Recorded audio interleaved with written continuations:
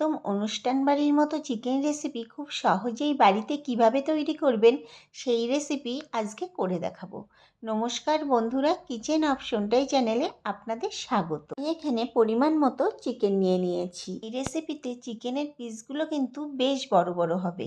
নিয়েছি সব leg piece আর কয়েকটা থাইয়ের পিস। এখন পিসগুলোর গায়ে একটু ছুরি দিয়ে কাট করে নিয়েছি যাতে মশলাগুলো বেশ ভালোভাবে ঢুকে যায়। দিয়ে দিলাম পরিমাণ মতো লবণ আর 2 চামচ মতো হলুদ।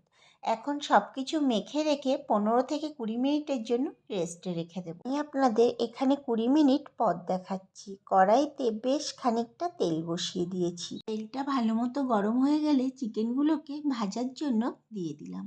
এখন লাল করে ভেজে নেব। চিকেনগুলো এদিকে ভাজা হতে থাক, চলুন মশলাগুলো করে নিই। প্রথমে দিয়ে দিলাম বেশ খানিকটা চালমগজ, দিয়ে দিলাম 1 মুঠো কাজু বাদাম, আর দিয়ে দিচ্ছি বেশ খানিকটা পোস্ত, প্রায় 3 থেকে 4 চামচ মতো, আর দিয়ে দিলাম 1 মুঠো কিশমিশ। প্রথমেই এই মশলাটা করে নেওয়ার কারণ হলো শুকনো মিক্সির বাটিতে করতে সুবিধা হবে। দেখুন আমি শুকনো অবস্থায় জল ছাড়া গুঁড়ো করে নিয়েছি, তবুও মিক্সির বাটিটা হালকা ভিজে ছিল, এর জন্য একটু ভিজে ভিজে ভাব উঠেছে। দিয়ে দেব 3 চামচ মতো টক দই।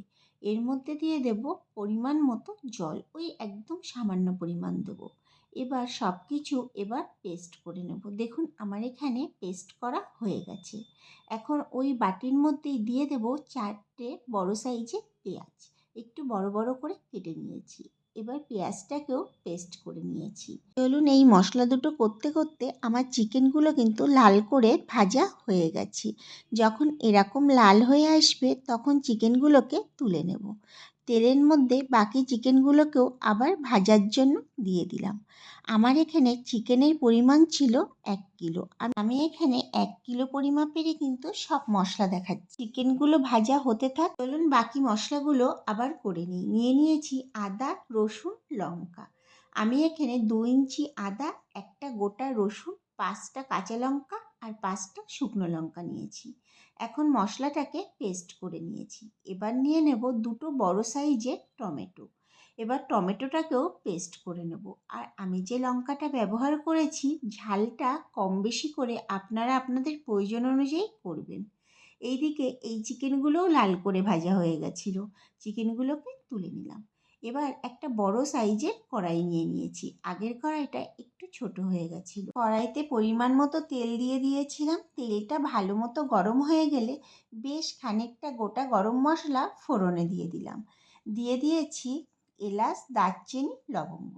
প্রথমে তেলের মধ্যে দিয়ে দিয়েছি পেঁয়াজ বাটা, তারপরে দিয়ে দিলাম টমেটো বাটা, দিয়ে দিলাম পরিমাণ মতো লবণ এবং পরিমাণ মতো হলুদ। পেঁয়াজ আর টমেটোটাকে বেশ তেলের মধ্যে ভালো করে নাড়াচাড়া করে নেব।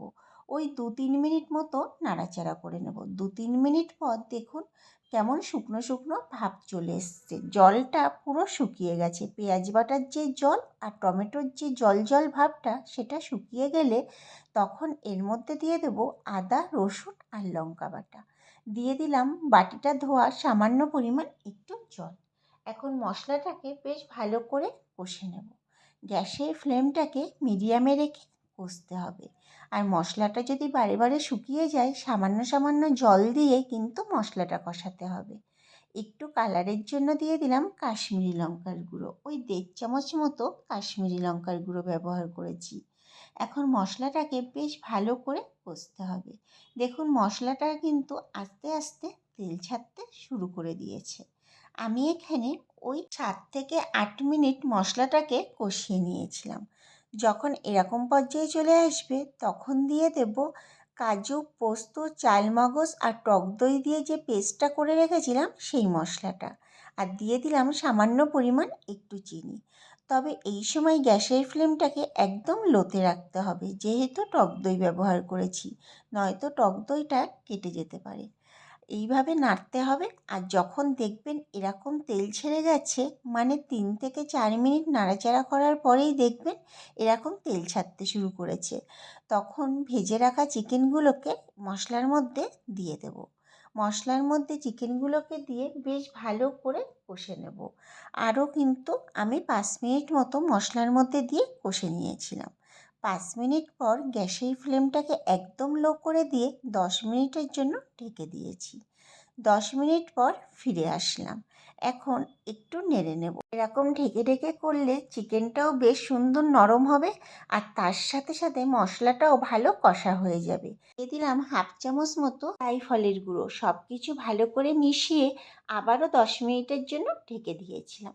10 মিনিট পর ফিরে আসলাম। দেখুন চিকেনের কালারটা কত সুন্দর এসেছে। মশলাটা কিন্তু খুব সুন্দর কষা হয়ে গেছে আর চিকেনটাও খুব সুন্দর ও নরম হয়ে গেছে। যেহেতু জায়ফল ব্যবহার করেছি এতে তো চিকেন সুন্দর নরম হবেই আর তাছাড়াও গন্ধটাও খুব সুন্দর বেরোয়। যখন এরকম পর্যায়ে চলে আসবে দিয়ে দিলাম 1.5 কাপ মতো জল। আর এই রেসিপিতে কিন্তু জলটা একটু কম ব্যবহার করতে হবে, এই জন্যই আগে ঢেকে ঢেকে চিকেনটা নরম করে নিতে হবে। এবার 5 মিনিটের জন্য ঢেকে দিয়েছিলাম। 5 মিনিট পর ফিরে আসলাম। সম্পূর্ণ জলটা কিন্তু দেখুন শুকিয়ে গেছে। চিকেনটা কিন্তু আমার তৈরি হয়ে গেছে। এবার লবণটা চেক করে কড়াই থেকে নামিয়ে নিয়েছি।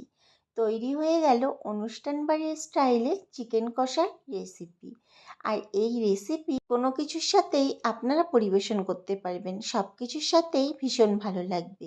বিশেষ করে ফ্রাইড রাইস পোলাওর সাথে তো খুবই ভালো লাগবে।